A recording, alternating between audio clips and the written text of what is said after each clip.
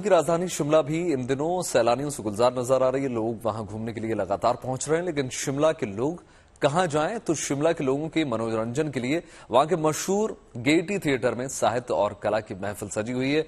इसमें हास्य कवियों ने खूब गुदगुदाया। देखिए। और थोड़ी जगह भी चुनाव हुए, मुझे भी किसी ने कहा तुम भी चुनाव लड़ लो। मैंने कहा मैं नहीं लड़ता। बोले क्यों नहीं लड़ते? मैंने यार जब देश की जनता को हमने प्यार से जीत लिया हो तो हमें लड़कर जीतने की क्या जरूरत है। चुनावी माहौल पर अपनी चुटीली कविताओं से हंसी की फुलझड़ियां छोड़ते ये मशहूर हास्य कवि पद्मश्री सुरेंद्र शर्मा हैं। ताली बजनी चाहिए ताकि मंच अच्छी बात कह सके। हम लोगों का एक ही अपराध रहा, हमने पार्टियों को वोट देना शुरू कर दिया। अगर हम अच्छे व्यक्ति को वोट देना शुरू कर देते तो हर एक पार्टी वाले अच्छे व्यक्ति को टिकट देना शुरू कर देते। फिर इस मुल्क में पार्टियां चुनाव हारती कुछ भी होते, लेकिन मुल्क कभी भी चुनाव नहीं हारता। सीधी सी बात। शिमला के ऐतिहासिक गेयटी थिएटर में अपनी कविताएं सुनाकर सुरेंद्र शर्मा ने खूब तालियां बटोरी। और एक बात बता दूं मैं आपको, बहुत कुछ होता है जिंदगी में। अभी भी मैं देख रहा हूं जो पति अपनी पत्नी के साथ बैठे, दहशत में बैठे, ढंग से हंस नहीं पा रहे। हंसने से पहले लुगाई की तरफ देखते, वो हंसती तो हंसते। हद हो गई यार दहशत की। जब मैं खड़ा हूं यहाँ पर तो किस बात की चिंता? देखो मत लुगाई की तरफ हंसते रहो, क्या बिगाड़ नहीं तुम्हारा। मैं तुम्हें बचा लूंगा और मेरे जाने के बाद भगवान भी तुम्हें नहीं बचा। लगे हाथ सुरेंद्र शर्मा ने आम जनजीवन से जुड़े मामलों पर भी व्यंग के तीर चलाए और हंसी की फुहारें छोड़ी। थोड़ी बहुत टेस्ट देना चाहता हूँ। देखो पतियों, जब भी घर में घुसो मुंह लटका करके घुसो, उदास होकर के घुसो। लुगाई समझ जाएगी कंट्रोल में। हंसकर घुसोगे 50 सवाल करेगी किसके साथ बैठा था। घर में ही सूजा पड़ा रहता है, बाहर कैसे हंसकर आया बता तो सही। उसे लगता है मेरे जीते जी इसकी हंसने की हिम्मत कैसे हो गई दुनिया से। यही नहीं, देश विदेश के मामलों पर भी सुरेंद्र शर्मा चुटीली टिप्पणियां करने से नहीं चूके।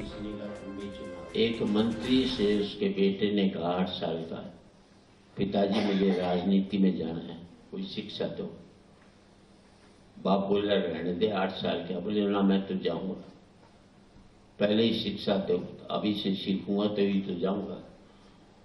नहीं माना बेटा, छोटा जिद पर अड़ गया। तो बाप ने कहा तू पहली मंजिल पर चढ़ जा, चला जा और छज्जे पर आ जा, मैं नीचे खड़ा हूं।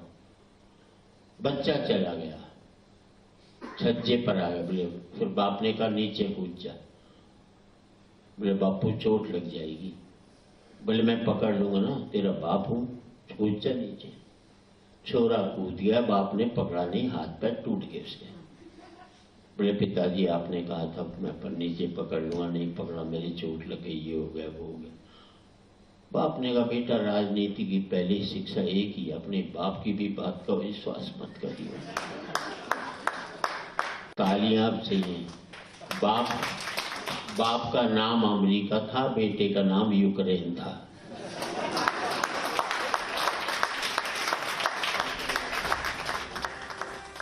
शिमला के सर्द माहौल में साहित्य उत्सव के दौरान सुरेंद्र शर्मा ने अपने व्यंग भरे अंदाज से लोगों को खूब हंसाया। एक मौको ऐसो आयो तो कि शेर मैं नहीं खा जातो। घरवाली बोली ऐसो हो जाता तो मैं तो बर्बाद ही हो जाती। थारी तो खाल भी कोई काम में नहीं आता। ये मर्दों की मार्केट वैल्यू है।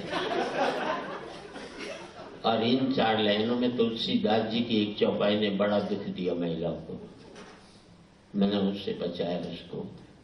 हमने अपनी पत्नी से कहा, तुलसीदास जी ने कहा है, ढोल गंवार शूद्र पशु नारी ये सब ताड़न के अधिकारी, इसका समझती है समझाएं। पत्नी बोली इसके अर्थ तो बिल्कुल ही साफ हैं, इसमें एक जगह मैं हूं, 4 जगह आप हैं।